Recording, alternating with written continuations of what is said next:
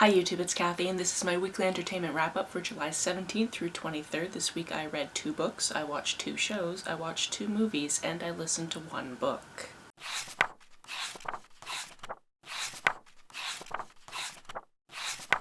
First this week we have a true crime book, and that was Innocence on Trial. This is all about the case of Ivan Henry, who is somebody who was convicted of a bunch of different SAs back in the early 1980s here in Canada, over in Vancouver.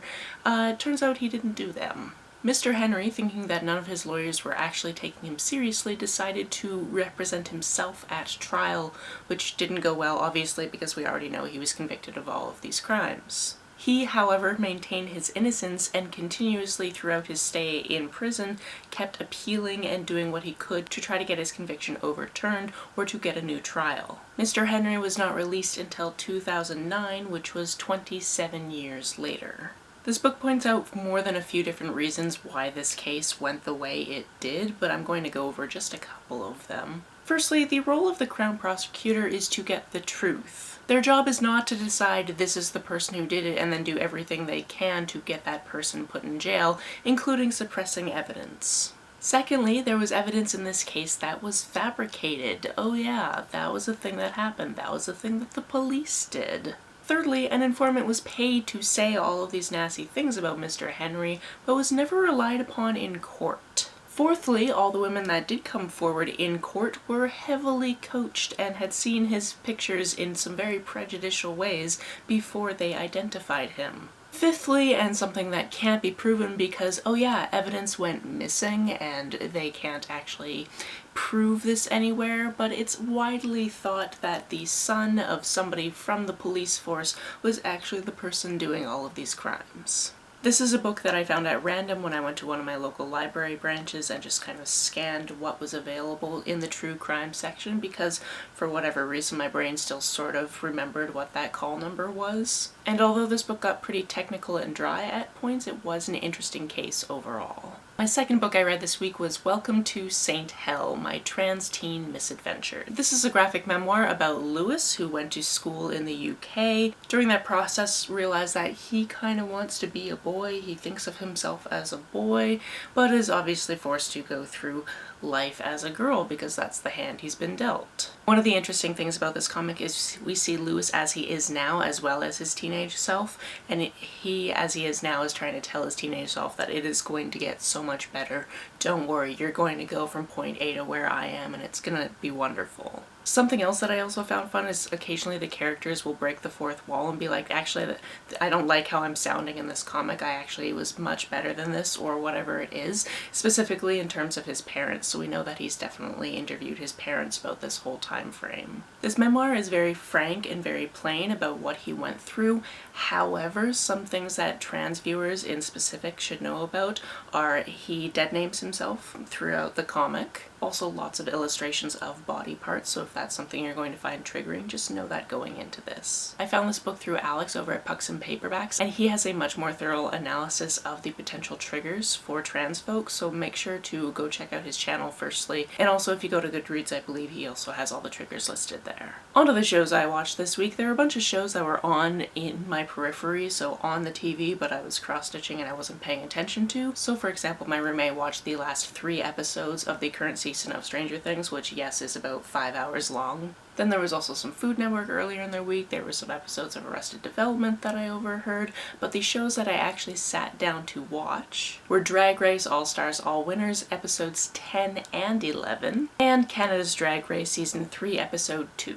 When it comes to All Stars, I watched the previous week's episode and I actually managed to watch this week's episode, which is pretty important because it's the penultimate episode. It's the episode where we find out who is going to go into the finale and who is going to be in that Lollapalooza SmackDown for the Legacy, Crown, whatever we're calling it. If you'll recall, this season has 8 different queens who have previously won their seasons. That's why it's an all-winners season. And instead of people going home on this season, they continue to stay and they earn these things called legendary stars. Whoever has the most legendary stars at the end, the top 4 queens in fact, get to move on to a lip-sync battle. I did enjoy that there was a little twist thrown in at the end for the girls that didn't make the top 4 star ratings. We definitely saw that one alliance come into play. And this penultimate episode, because it was a talent show, had some moments where I got the goosebumps and had some moments where I wanted to cry along with what was happening. It's so weird to be at this moment and finally know half the cast doesn't make it on to this last little bit. And because of some twists, you might not have been able to figure out who it was going to be. Tell me which queen you're rooting for down in the comments below. As for Canada's Drag Race, we are into the second episode and they are presenting at an award show called the Who Knows. In teams of 2 or 3, they had to have some friendly banter while they come up and present various awards. The nominees for these awards are also actually the queens from this cast, so they also had to come up with some things to say on the fly if they won. The editing in this episode was really setting up a certain pair to fail, so when they actually did a decent job, it was seen as, oh my goodness, you were amazing. And other people definitely let the jitters get to them, so that was an issue.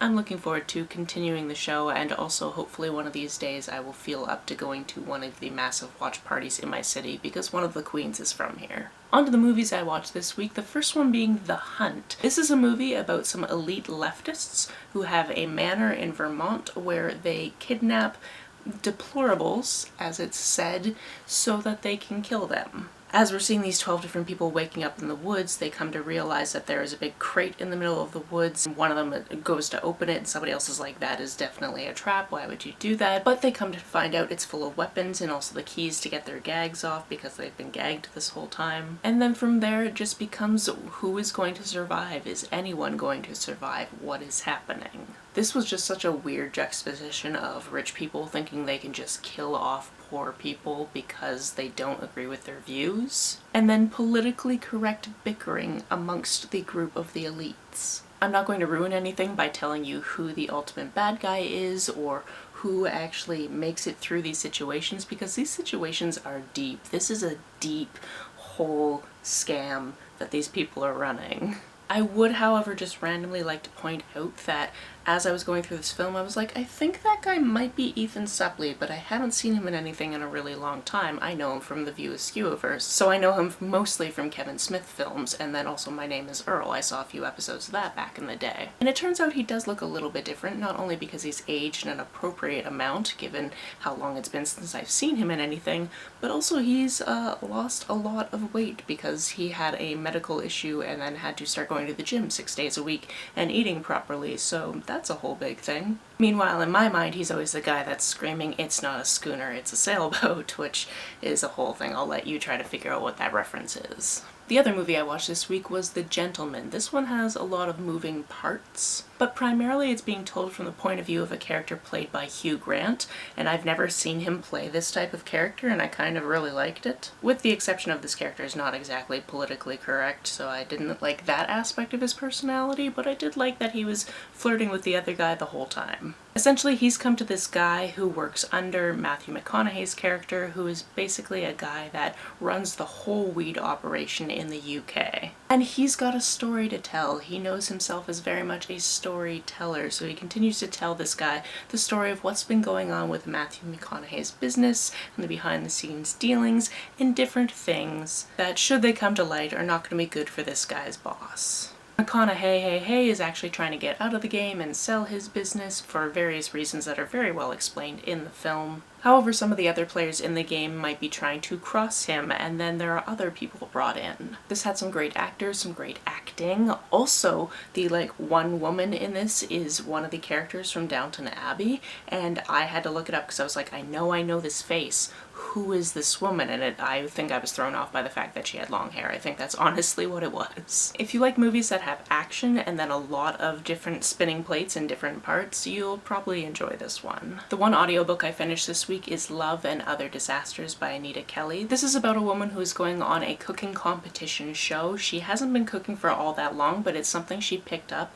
as kind of a stress reliever during the time of her divorce, and she's actually quit her job to go on this competition because she just really needs the money. She needs to pay her student loan, she needs to figure out what she's doing with her life. She doesn't really love her life back in Maryland, but she doesn't really know what to do now. The first day on set, she meets this very grumpy contestant named London, and they are very, very cute. They're also slightly perturbed that this is the first time they're meeting Dahlia, because Dahlia skipped out on the meet and greet dinner, because that's where London came out to the entire cast as non-binary and told them their pronouns are they, them. They really just wanted to get that over and done with and not have to do it several times throughout the filming of the show, and they're kind of annoyed they have to do it now. Especially because one of the contestants at that dinner didn't take it very well. If you've been here for a while, you've heard me prattle on about how much I like the Food Network and how when I have access to cable, that's all I put on the television. So obviously a behind-the-scenes look at a cooking competition show where the characters are queer and it's adorable and there's some very spicy scenes amid all of this food imagery. This book was basically made for me. Funny anecdote, but I was listening to some of this book while I was up island visiting my parents, and I had my headphones on, I was doing my cross stitching, and all of a sudden my dad comes in the room, and it freaked me out just a little bit because I was at the very first sex scene of the book, and of course my parent walks in. I'm 36 years old. But still, my parent walking in while I'm reading something inappropriate just kind of threw me off. I think it was more so I didn't hear him coming because I had headphones on, but I was just like laughing to myself about what was happening in those headphones when he happened to come greet me that morning. I would highly recommend this book if you want a queer book, if you want a foodie book, if you want a queer foodie book. This is way up there. I know that there are other queer foodie books coming out or have already come out recently, and I'm looking forward to picking those up as well. That's it for this week. If you've read, watched, or listened to any of these, let me know about it down in the comments below. On the way down to the comments, if you hit that subscribe button, that would be very nice of you. If you don't feel like leaving a comment but want to make sure that I know you were here, just leave me an emoji or a smiley face if you happen to be on your keyboard. Some people have asked if there's a way to financially support this channel, so I set up a Ko-fi account, which is a digital tipping service. The link for that, as always, is down below. You can like and share this as you see fit, and I will see you very soon. Bye!